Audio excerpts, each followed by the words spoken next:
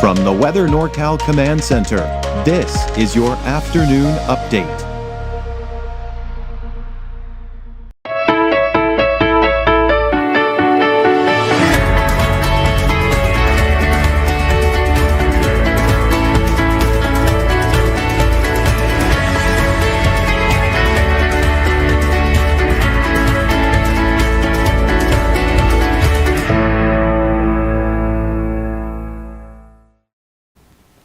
Well, I do want to give you a quick programming note, and that is fire coverage, right? Of course, we're getting that time of the year. We need to cover those fires. Where I'm going to get the most extensive fire coverage will be in the morning hit, which, downloads or uploads no later than 6 o'clock in the morning, and you'll be able to watch that. Of course, I also do it on Coffee with Kruger as well at 7 a.m. in the morning. Now, at noon, I typically won't cover the fires. If something big happens, if there's some new and really important information to report in the evening hit, of course, have information about that. But the noon hit will typically not have a whole lot of fire coverage, again, unless something major breaks out. So where you can go throughout the day to get the latest information, because there's a lot of different resources for you. But I want to just kind of take you over to weathernorcal.com. You can see right here, if you scroll down a little bit down the page here, you'll see fire danger. If you click on that, that will give you all the information in kind of a one-stop shop as far as watch duty, what the latest on all the fires that you may be interested in, the acreage, where any evacuation orders or warnings are. All of that will be right here on weathernorcal.com. So I highly recommend that you check that out. I think you'll find it to be very useful information. Let's get to the weather headlines. This heat wave we've been experiencing, it continues with more record-breaking heat, like most likely at least through the middle of next week, if not longer. We've got hot and dry conditions, which will keep that fire danger elevated. For the most part, we don't have any major wind events, but it's still going to be breezy at times over the next several days. The good news is there is some cooling on the horizon. Now, we're not talking about you're going to need your winter jackets, but we are talking about a significant drop in those temperatures, especially when you compare it to what we saw last week, this past weekend, and not to mention through a good portion of this week. There's your neighborhood at a glance here for today, and yeah, still over 110 degrees for the valley, around 110 for Trinity County, and most of us in the mountains will be 100 degrees or higher.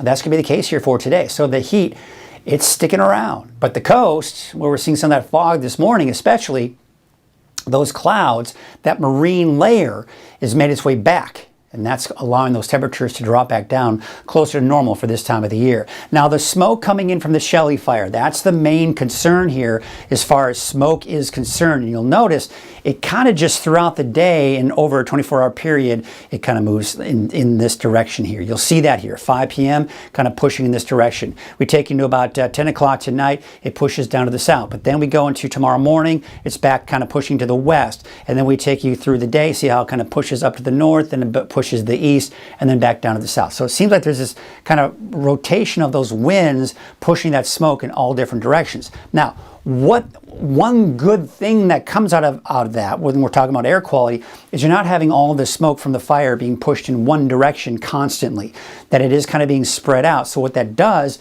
it allows areas that are getting some of that smoke and haze to kind of recover a little bit before the next round of the smoke kind of comes on in. But bottom line, if you're kind of in the vicinity or around that fire, then you're definitely going to be with that haze and smoke.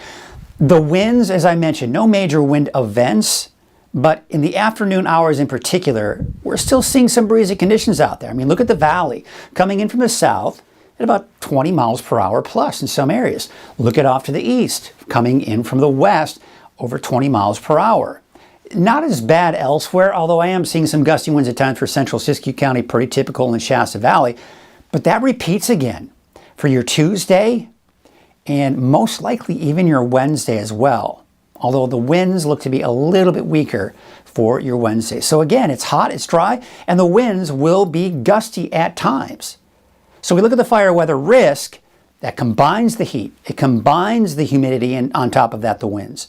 So you'll see central for Siskiyou County northward into Shasta County. Yeah, in the valley, you've got high to very, very high conditions here as far as the fire conditions are concerned.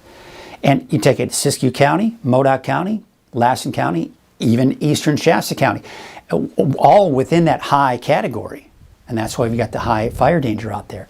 That repeats on Tuesday, and most likely even going into your Wednesday as well. Although on Wednesday, for the valley in particular, it doesn't look to be quite as bad. The winds may not be as strong. But we still have the big ridge of high pressure in place. The main center of that high pressure is now down to our south and east. That is significant because that means our temperatures are dropping slightly, but still some major heat for the next several days, pretty much for the entire West Coast. In any shape or form, a heat advisory, a high wind warning, excessive heat warning, excessive heat watch, right? There's the center of the high pressure. That's where the hottest temperatures are. They were over us on Saturday. That's when we saw the peak of the heat wave. As expected on Sunday and even today, that high pressure shifted to the south. Again, that's the slight drop in the temperatures we're seeing, but as we see, it's still very hot out there. Now, we may see another dip in our temperatures come Tuesday before Wednesday, Thursday, Friday, that high pressure expands over the desert southwest. Now, that's significant because that's where the main heat will be, but we're still well within that dome of high pressure, which means our temperatures are still going to be about 110 degrees, give or take, in the valley, but still very hot nonetheless. Now, the good news is, you see this right here? This will be kind of riding to the north. What that will do is also push that heat off to the east. What that means for us, there's a much cooler temperatures in store for us. Now, it's still going to be about 100 degrees in the valley, but we're finally breaking back down into the 90s for most of the higher elevations by this late this weekend into early next week.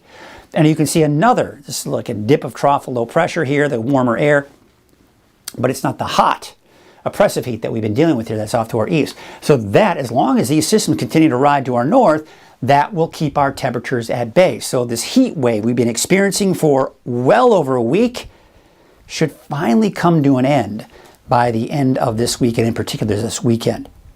You know, the marine layer did make its way back to the coast this morning. You can see it's starting to kind of phase off here, especially to the north. Now, tomorrow morning, tomorrow afternoon, there may be some patchy fog, especially around Humboldt Bay, around Eureka, southward, but not as bad for your Tuesday. Then we go into your Wednesday, that marine layer may return again. Now, that's good because it's keeping temperatures cooler along the coast, and with that marine air down towards the Bay Area, that may help to filter in that delta breeze for parts of Sacramento, for example. But for us, the delta breeze is not going to have much of an impact. There is what it looks like today.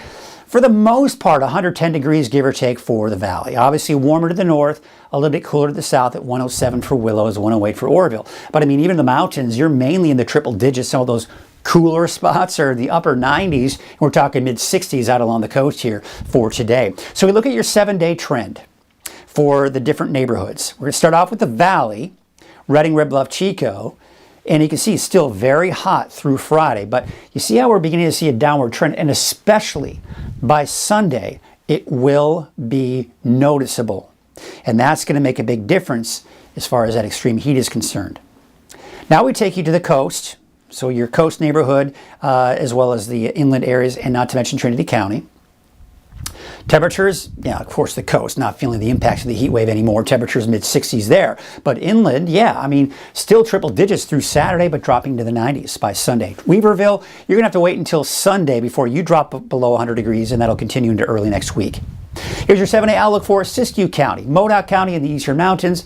Again, that heat wave lasting through at least the work week, but temperatures dropping down, and a bigger drop in our temperatures by Sunday. At Cottonwood Small Animal Clinic and Cottonwood Veterinary Clinic, we're here to provide the best possible care for your patients. We understand that your pet is your family member, and when your family member is sick, they need urgent help.